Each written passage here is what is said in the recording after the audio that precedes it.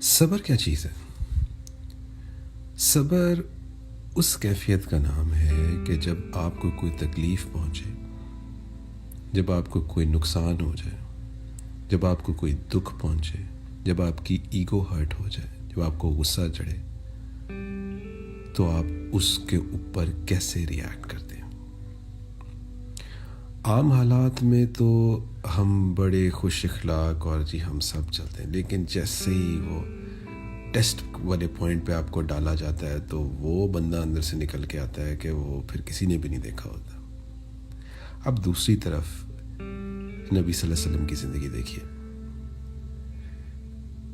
کس طرح کے ان کے اوپر ظلم کیے گئے۔